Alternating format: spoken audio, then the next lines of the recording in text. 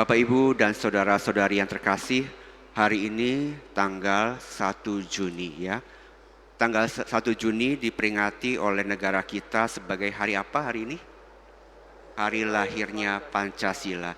Jadi hari ini bangsa kita dan kita semua memperingati hari lahirnya Pancasila. Seperti yang kita tahu juga Pancasila dicetuskan oleh para bapak pendiri bangsa kita untuk menjaga persatuan di Indonesia. Supaya bangsa Indonesia yang begitu majemuk, bermacam-macam agama, budaya, dan bahasa ini menjadi satu. Contohnya dalam sila pertama, ketuhanan yang Maha Esa. Dan juga dalam sila yang ketiga, apa? Persatuan Indonesia. Berarti semua lulus SD ya, masih hafal Pancasila. Ya, itulah tujuan adanya Pancasila sebagai ideologi bangsa untuk menjaga persatuan bangsa. Dan Paus kita, Paus Leo ke-14, ketika ia diangkat menjadi uskup, Paus, dia pun memiliki moto. Apa moto Bapak Paus kita yang ke-14, Leo ke-14? Motonya kalau dalam bahasa Latin, in illo uno unum, yang artinya dalam kesatuan kita adalah satu. Di dalam Tuhan yang adalah satu, kita semua adalah satu. Paus Leo yang ke-14 ini memilih tema ini karena ia mengacu pada Kristus yang adalah satu. Kita semua di sini adalah banyak, kita umat Kristiani itu banyak, tetapi di dalam Tuhan kita adalah satu. Jadi Paus kita mengundang kita untuk hidup dalam persatuan. Tadi dalam novena hari yang ketiga, kita juga diundang untuk menjadi pemersatu seperti Roh Kudus yang adalah Roh Pemersatu.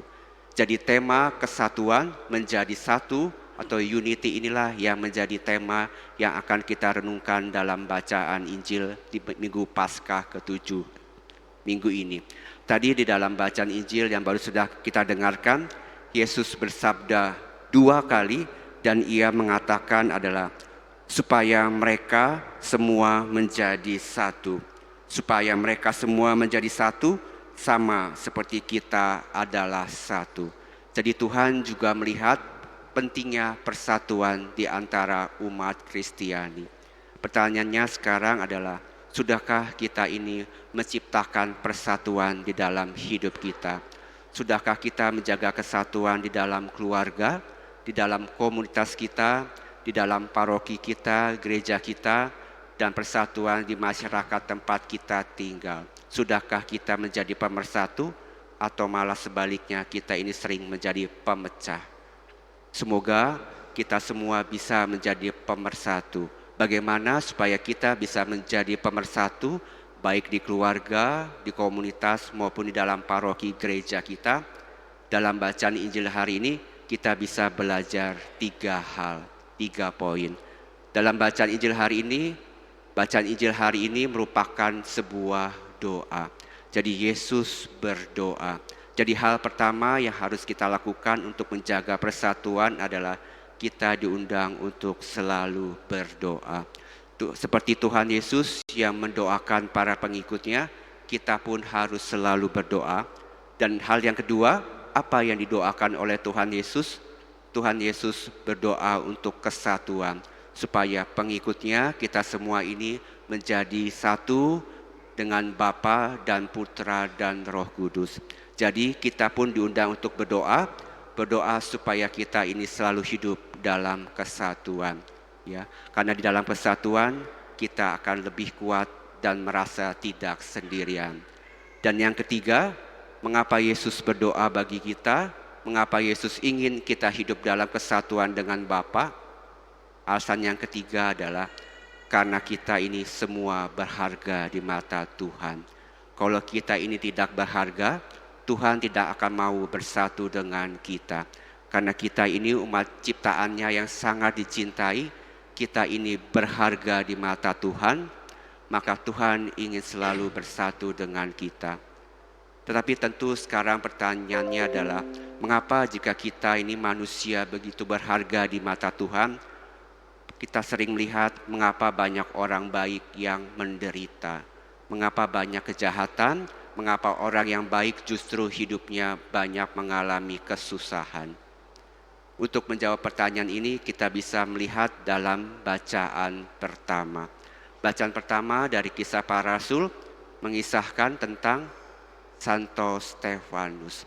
Santo Stefanus adalah rasul yang pertama yang menjadi martir. Santo Stefanus pasti orang yang baik, dia seorang yang setia, tetapi mengapa hidupnya harus berakhir menjadi martir dengan wafat dilempari batu? Siapa yang salah? Sudah setia, hidupnya menderita.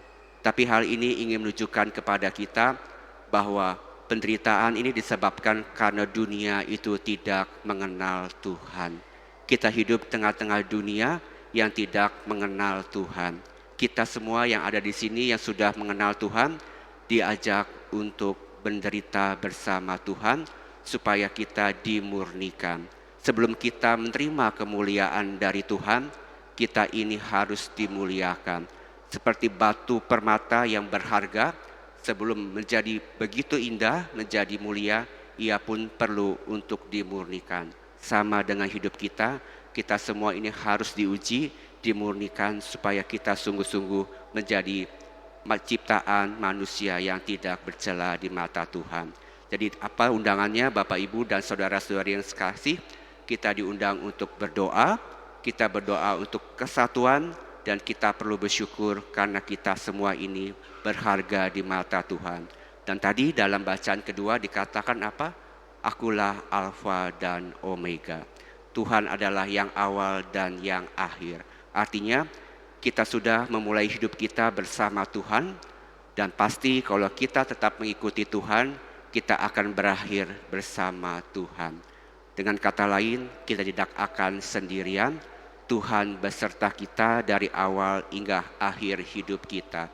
Tuhan yang memulai hidup kita, asalkan kita mau setia, kita mau percaya, kita pasti akan memiliki akhir yang indah bersama Tuhan.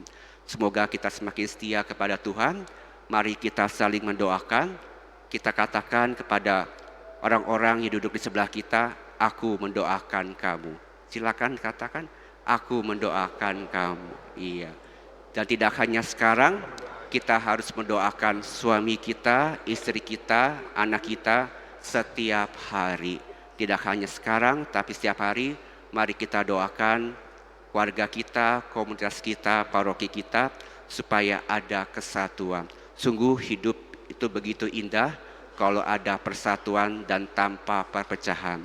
Dan juga hidup akan menjadi indah kalau kita tahu bahwa dalam hidup kita ini didoakan. Mau gak selalu didoakan orang? Tentu mau, karena kita akan merasa bahwa kita tidak sendirian, dan terlebih karena Tuhan selalu mendoakan kita. Semoga demikian, Tuhan memberkati.